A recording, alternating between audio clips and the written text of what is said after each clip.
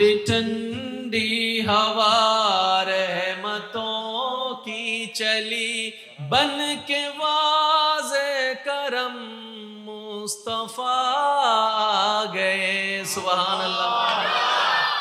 তো এত কি চলতো দে মেন্টাল হও না কি হইতো দে ইয়ার পরে পরে সেই বিয়ের বাতির লাইট আছে কি এখন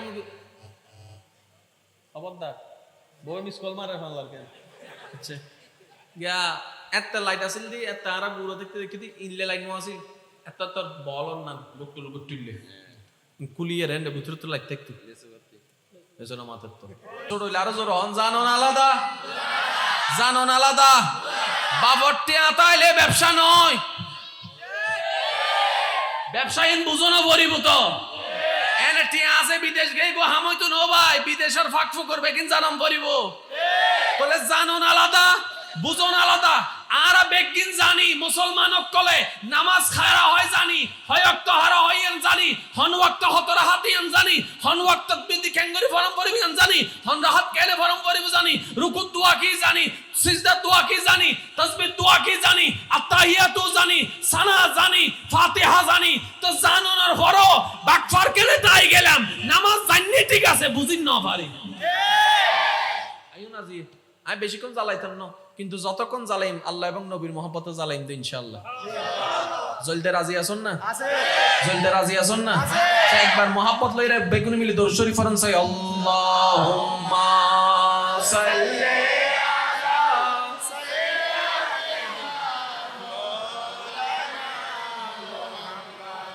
ওয়া আলা আলি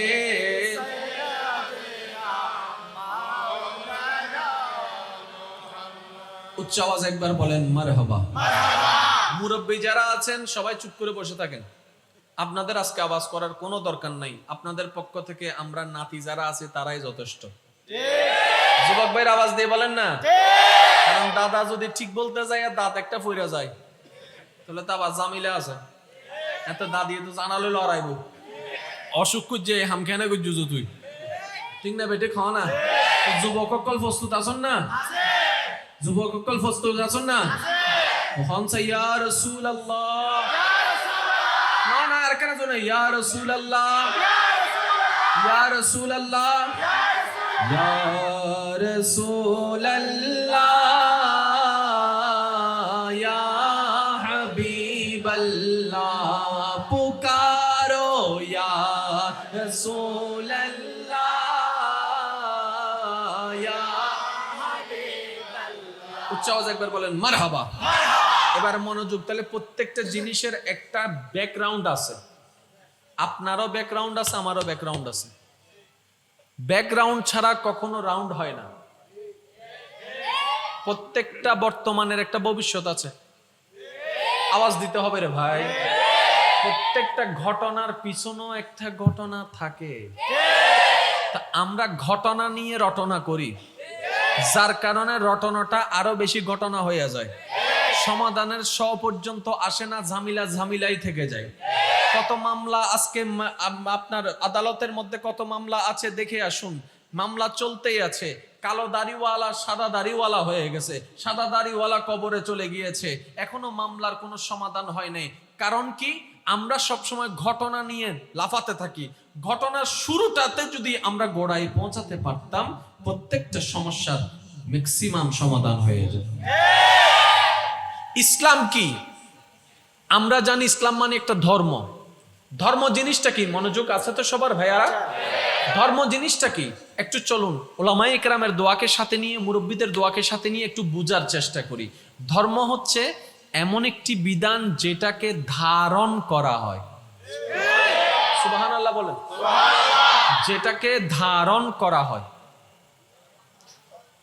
সোর সুরিত্ব ধারণ করেছে বাটফার বাটফারিত্ব ধারণ করেছে ঘুষড়ি ঘুষ খাওয়াকে ধারণ করেছে এটা তার যেটাকে আমরা বলি অভ্যাস আমরা সেটাকে কি বলি অভ্যাস বলি চরিত্র করি চরিত্র বলি এটাকে যেটাকে ধারণ করেছে মিথ্যা যে ধারণ করেছে আমরা বলি মিথ্যা বলা তার চরিত্র মিথ্যা বলা তার অভ্যাস ইসলাম হচ্ছে এমন একটি সাজেশন যেটাকে পরিপূর্ণভাবে কোনো মানুষ কোনো বান্দা যদি ধারণ করার মতো ধারণ করতে পারে, সে অমানুষ থেকে মানুষ হয়ে যাবে, দুনিয়াও তার সফলতা আসবে, পরকালের জান্নাত তার জন্যই অপেক্ষা করবে। সুবহানাল্লাহ। ইসলাম জিনিসটা কি?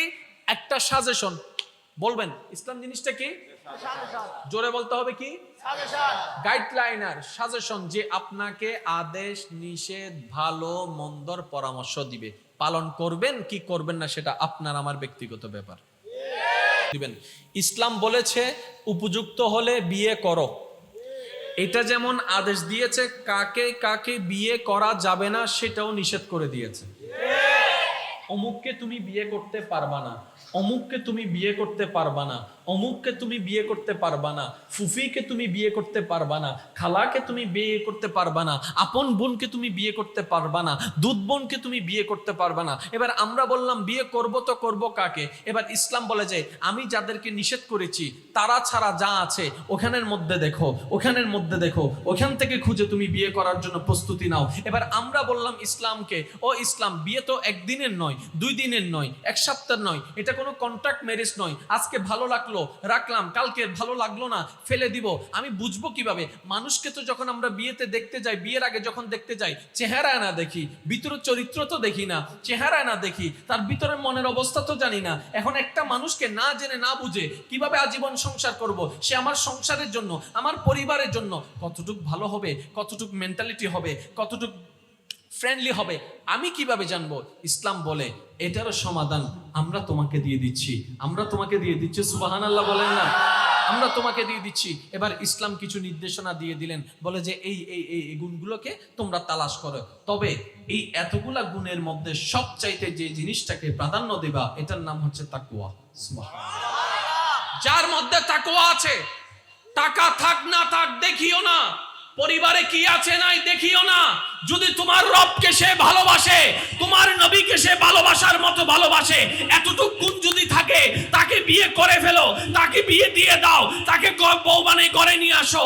যদি কানতে পারো, মরণ পর্যন্ত তোমার ঘরে অশান্তি আসবে না, শান্তি আর শান্তি আসবে। সুবহানাল্লাহ। ইসলাম পরামর্শ দিছে কি দেয় নাই? দিছে। জোরে বলতে হবে, দিছে কি দেয় নাই? এবার পালন করব কি করব না আমাদের ব্যাপার। যদি করি লাভ, আর যদি না করি সেগা পরোটা। হাত দেন না হিন্দি হাড়ি ফেলার কি রে ভাই, হদ হষ্ট তো হষ্ট ইন কিল্লে ভাইছে হদ ব্রোকেন হার্ট। তারপর দিন দিন বই বই রে দিবি কি জানত দে, হদ দুঃখ হামাই দি কোম্পানি কেন নেবো তুই দুঃখ হামাইবার ওষুধ দিই নাকি? কিছু না মাথা কার কোম্পানি বানাইবার সময় নেবো তোর কি দুঃখ হামাইবার ওষুধ দিই না? তুমি হাইয়ারে কি দুঃখ হামাই তো ওষুধই নাই। আর মনত আর অধ্যয়ন মনত দে, তাহলে মনত দে দুঃখ হামাই, ঠিক না ভাই? ঠিক সেগা পড়াটা আছে না? আর তো জম্পরিব মদিনা ওয়ালার মিকে। মনে রাখবেন আমার ভাইয়েরা, যদি জীবনটাকে সত্যিকার বিউটিফুল হিসেবে দেখতে চান, যদি আপনার জীবনটাকে স্মুথলি ভাবে আপনার জীবন নৌকা চলুক সেটা চান, হাজার বিপদের মধ্যে আপনার আত্মীয় স্বজন পাড়া প্রতিবেশী আপনার হাত ছেড়ে দিলেও যদি আপনি টিকে থাকার মতো একটা আশ্বস্ত জায়গা খুঁজতে চান, তাহলে নবী রাহমাতুল লিল আলামিনের মহব্বত, আল্লাহর ভয়, আল্লাহ এবং নবী ছাড়া আপনার আমার কেউ নাই, আপনার আমার কেউ নাই, আপনার আমার কেউ নাই। রব্বে কারীম ডাক দিয়ে বলে ওয়া মান ইয়াত্তাকিল্লাহ ওয়া মান ইয়াত্তাকিল্লাহ ওয়া মান ইয়াত্তাকিল্লাহ ইয়াজআল লাহু মাখরাজান। বান্দারে যে কোনো বিপদ আপদে নবী মুস্তাফার মহব্বতকে সাথে নিয়ে আমার উপর যদি বর্ষা করার মতো করতে পারিস, আমি আল্লাহ ওয়াদা দিলাম যে মুহূর্ত তোর কেউ থাকবে না, আমি রবের রহমত তোকে বাঁচাই তুলবে। সুবহানাল্লাহ। আল্লাহু আকবার।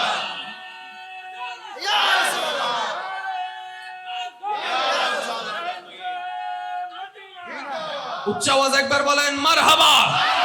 ও যুবক ভাইরা আওয়াজ আর একটু বড় করেন, বলেন মারহাবা। আল্লাহর ওয়াদা আছে না নাই? ইসলামে পথ দেখানো হয়েছে কি হয় নাই? তারপর আমরা লাথি খাই কেন? জীবনকে প্রশ্ন করে দেখেন, দোষ আমাদের। আমি আমার দোষ স্বীকার করছি, আমার মতো যারা দোষ স্বীকার করবেন তার একটা আওয়াজ দিয়ে বলেন দোষ আমাদের। জোরে বলেন না দোষ আমাদের। যে ছাকা খাইছে আল্লাহ কি যাইতে বলছে নাকি সে গেছে? অনেকে বলে আল্লাহ আমারে মিলাই দিলা কেন, যারে ফামুনা তারে দিলা কেন, আল্লাহ দায় দিয়ে দিনে তুলি ইউজে।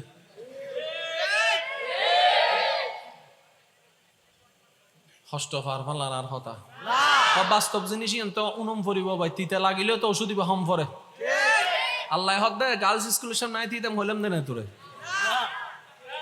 বিয়ে বাড়িতে মিতি বিয়া হাইতো কি বালা তোরা দিতে বিয়ের দর তুই গায়ে হলো দুধ কি লেগে গেছে।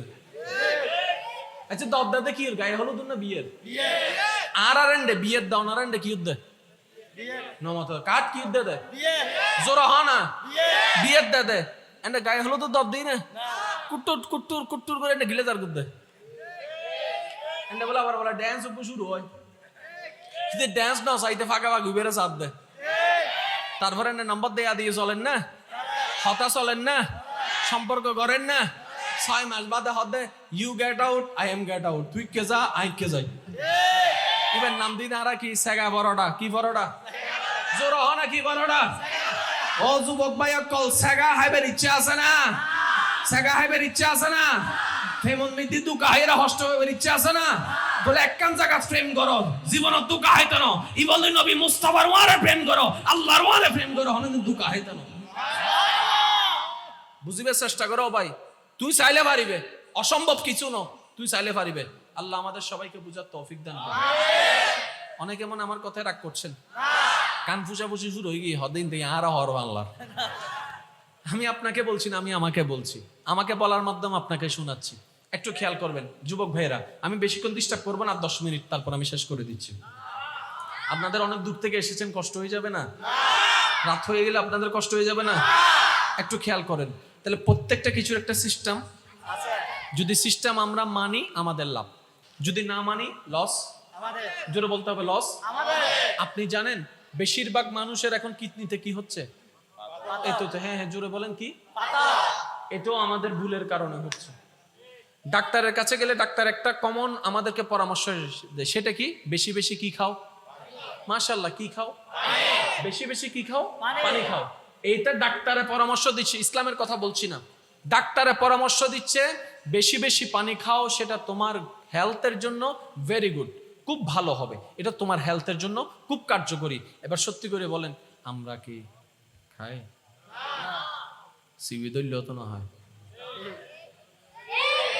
পানি আমরা খাই না ডাক্তার বলছে বসে প্রস্রাব করো যতক্ষণ প্রস্রাব শেষ না হবে ততক্ষণ তুমি দাঁড়িয়েও না ক্লিয়ার করো ইসলামও একই পরামর্শ দিয়েছে 1450 বছর আগে সুবহানাল্লাহ কিডনিতে পাথর হওয়ার যতগুলা কারণ শনাক্ত করা হয়েছে আমার যুবক ভাইয়েরা বিজ্ঞান বলে আমার কথা নয় কিডনিতে পাথর হওয়ার জন্য যতগুলা কারণ শনাক্ত করা হয়েছে তার মধ্যে একটি উল্লেখযোগ্য কারণ পাওয়া গিয়েছে এটা হচ্ছে যে দাঁড়িয়ে প্রস্রাব করা কিভাবে দাঁড়িয়ে প্রস্রাব করলে কখনো ক্লিয়ার হয় না প্রস্রাব পরিপূর্ণভাবে ক্লিয়ার হয় না হাই কমেটে প্রস্রাব করলে অনেক সময় পরিপূর্ণভাবে ক্লিয়ার হয় না ওই ক্লিয়ার না হতে না হতে না হতে না হতে না হতে এক সময় গিয়ে আমাদের কিডনিতে আস্তে আস্তে পাথরের জন্ম নেই যেটা আমাদের জন্য কাল হয়ে দাঁড়ায় তাহলে আপনি একটু ঠান্ডা মাথায় খেয়াল করেন আপনার প্রস্রাব কিভাবে করা দরকার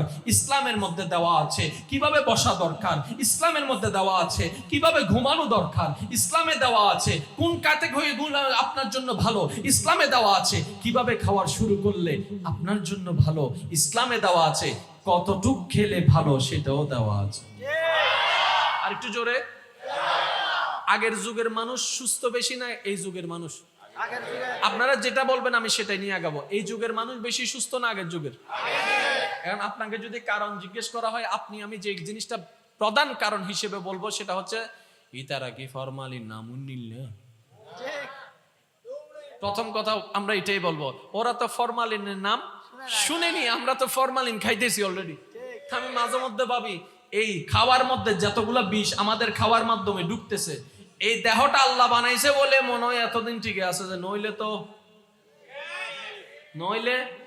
জোরে বলেন না নইলে আল্লাহর দেওয়া বানানো বলে এখনো পর্যন্ত দেহটা ঠিকই আছে কথা বলেন ঠিক কি না এবার ইমানদার ভাইয়েরা একটু খেয়াল করবেন তাহলে ইসলামের প্রত্যেকটা আদেশ নিষেধ আমাদের জন্য কল্যাণ আছে না নাই প্রস্রাবের নিয়ম আছে পানি খাওয়ার নিয়ম ঘুমানোর নিয়ম, বিবাহের নিয়ম, ব্যবসার নিয়ম, চাকরির নিয়ম, সংসারের নিয়ম, স্বামী কিভাবে স্বামীর দায়িত্ব পালন করতে হবে সেটাও দেওয়া আছে, স্ত্রীর দায়িত্ব কি সেটাও জানাই দেওয়া আছে। আপনি আমি যদি আমরা নিজেদের জীবন নিয়ে গবেষণা করি, এত দুঃখ কেন, এত কষ্ট কেন, মন উত্তর দিবে দোষটা তোর, দোষটা তোর, ভুলটা তোর। এই এত কিছু জিনিসগুলাকে আল্লাহ তাআলা আমাদেরকে শেখানোর জন্য একটা জিনিস দিয়েছেন, সেটার নাম হচ্ছে আল কোরআন। জোরে বলেন আল কোরআন। আওয়াজ আর একটু বড় লাগবে। আল কোরআন। এটাকে বলা হয়, আমার যুবক ভাইরা একটু দেখবেন, এটাকে বলা হয় থিওরিক্যাল। আমাদের বিদ্যালয়ে দেখবেন পড়ালেখাকে দুই ভাগে ভাগ করা হয়েছে, একটা হচ্ছে থিওরিক্যাল, মাশাআল্লাহ একটা আওয়াজ দেন না, একটা হচ্ছে থিওরিক্যাল। আচ্ছা আপনারা বলেন তো কোনটা বেশি মনে থাকে, থিওরিক্যালটা না প্র্যাকটিক্যালটা? ওই যেটাকে আমরা বলি হাতে কলমে শিখাই দেওয়া, এটা কিন্তু স্মরণে থাকে, এটা কিন্তু মনে থাকে। আপনাদের এলাকায় অনেক ইঞ্জিনিয়ার দেখবেন মোবাইল দেখলেই বলে ফেলতে পারে কি ঝামেলা, গাড়ির আওয়াজ শুনলে বুঝতে পারে যে গাড়ির ঝামেলাটা কোথায় আছে, কিন্তু তাকে যদি একটা সিগনেচার করতে বলেন অথচ একই সাবজেক্ট নিয়ে অনেকে লন্ডন থেকে পড়ালেখা করে আসতেছে। তাহলে একটা হচ্ছে থিওরিক্যাল ভাবে শিখা, আর একটা হচ্ছে প্র্যাকটিক্যাল ভাবে শিখা। ইমানদার ভাইরা একটু মনোযোগ দিবেন, একটা থিওরিক্যাল আর একটা হচ্ছে প্র্যাকটিক্যাল, একটা থিওরিক্যাল শিখা আর একটা হচ্ছে প্র্যাকটিক্যাল শিখা।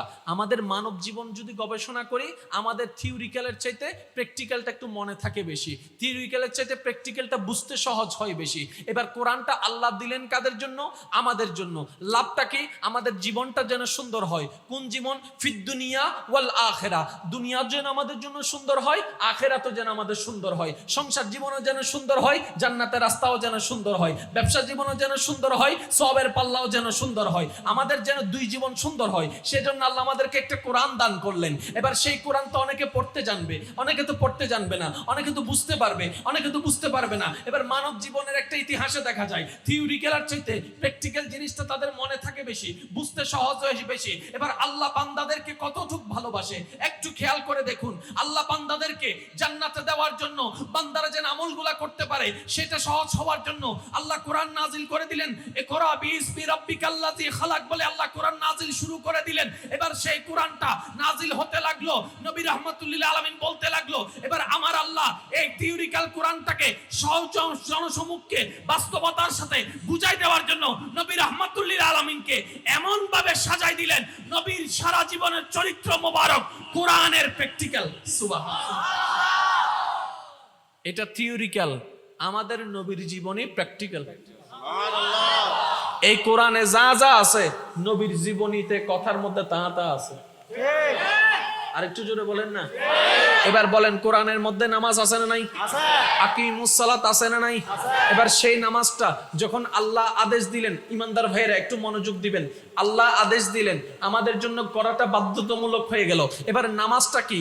কালো না সুন্দর, লম্বা না বাটি, আমরা যেভাবে চিনি আগের মানুষ তো সেভাবে চিনেনি, কারণ নামাজ সম্পর্কে তাদের তেমন কোনো আইডিয়া ছিল না। এবার আল্লাহ সাহাবায়ে কেরামরা আল্লাহর হুকুমটা পালন করার জন্য দিক বেদিক পাগলের মতো হয়ে গেল। এবার পাগলের মতো হয়ে রব্বে কারীমের দরবারে আরজ জানাই, ইয়া রাব্বাল আলামিন তুমি যেহেতু আদেশ দিয়েছো আকিমুস সালাত, আদা তো করতে হবে, হাউ ক্যান ডু আল্লাহ, আমি কিভাবে করব, আমি কিভাবে আদায় করব?